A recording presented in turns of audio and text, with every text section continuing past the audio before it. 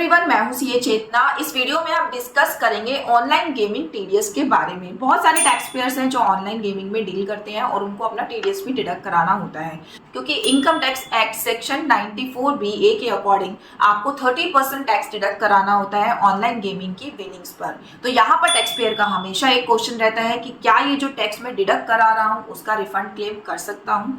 तो इसके बारे में मैं आपको बता देती हूँ कि इनकम टैक्स के सेक्शन 115(b)(j) के अकॉर्डिंग आपको 30% फ्लैट रेट टैक्स पे करना होता है अपनी ऑनलाइन गेमिंग की विनिंग्स के ऊपर।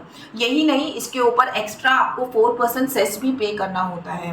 और इस टैक्स के अगेंस्ट आप ना तो कोई डिडक्शन क्लेम कर सकते हैं, ना कोई एग्जम्पशन क्लेम कर सकते हैं, ना स्लैब रेट का बेनिफिट अवेल कर सकते हैं, और ना ही पिछले सालों से कैरी फॉरवर्ड जो आपके लॉसेस हैं उनको सेट ऑफ कर सकते हैं, और ना ही आप करंट ईयर में होने वाले लॉस को फ्यूचर में कैरी फॉरवर्ड कर सकते हैं। तो जितना आपका टीडीएस डिडक्ट हुआ है उतना ही आपको टैक्स पे करना होता है। इसका मतलब है आपका कोई भी रिफंड नहीं बनेगा।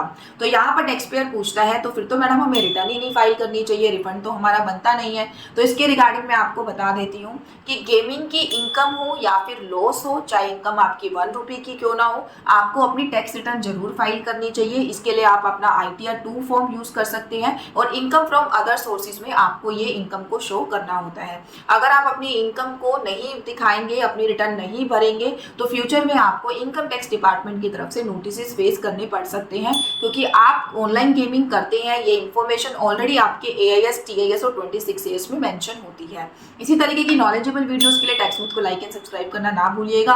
कोई क्वेरी है आपकी तो आप कमेंट सेक्शन में डाल के हमसे पूछ सकते हैं। Thank you so much.